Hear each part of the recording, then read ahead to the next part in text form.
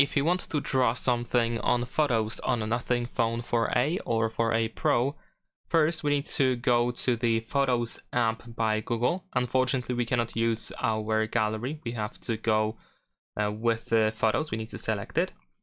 Now in here, we need to, of course, skip through all of that. There we go. Let me just quickly close it. All right. So now we can choose the photo that we wish to edit, that we wish to draw something on that photo.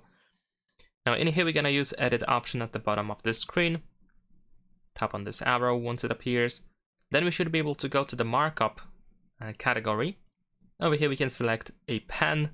We can also choose the color.